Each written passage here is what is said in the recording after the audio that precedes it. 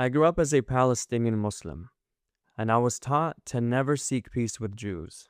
In the Quran, I read that it's forbidden for me to take Jews or Christians as my allies, and that if I do, Allah would no longer guide me, which means I would burn in hell. And from the Hadith, I was told never give a greeting of peace to the kuffar. I learned how serious these commands were the hard way. I was in the West Bank helping my family harvest olives, and I see this Jewish family walking down from their homes. And I teasingly suggested, and salam alayhum, and of course the joke went over everyone's head. My uncle specifically warned me that if I ever again suggested such a thing, he and all my other uncles would force me out of Palestine. I grew up in this, even within the States, this culture that had incessant disdain for Jews.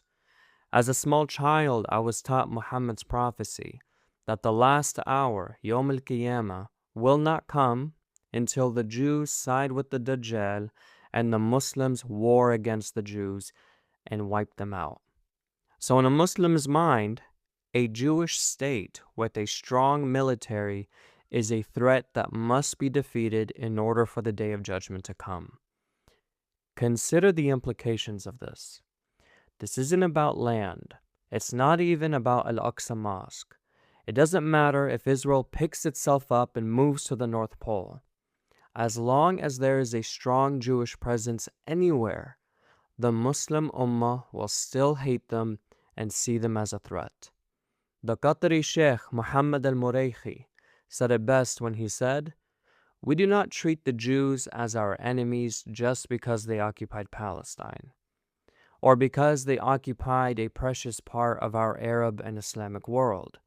We will treat the Jews as our enemies even if they return Palestine to us, because they are infidels. They rejected Allah and His messengers." What I'm getting at here is that as long as Islam is the ideological stronghold in the region, there is no negotiations for peace. Forget about it. The religion does not allow it. Simple. This is why one of my mission statements is to witness to Muslims, because it took divine intervention for me to be cleansed of the extreme anti-Semitism that was entrenched in my mind and heart. And only then was I able to come to love my Jewish neighbor. And I believe the same can be done for the rest of my community.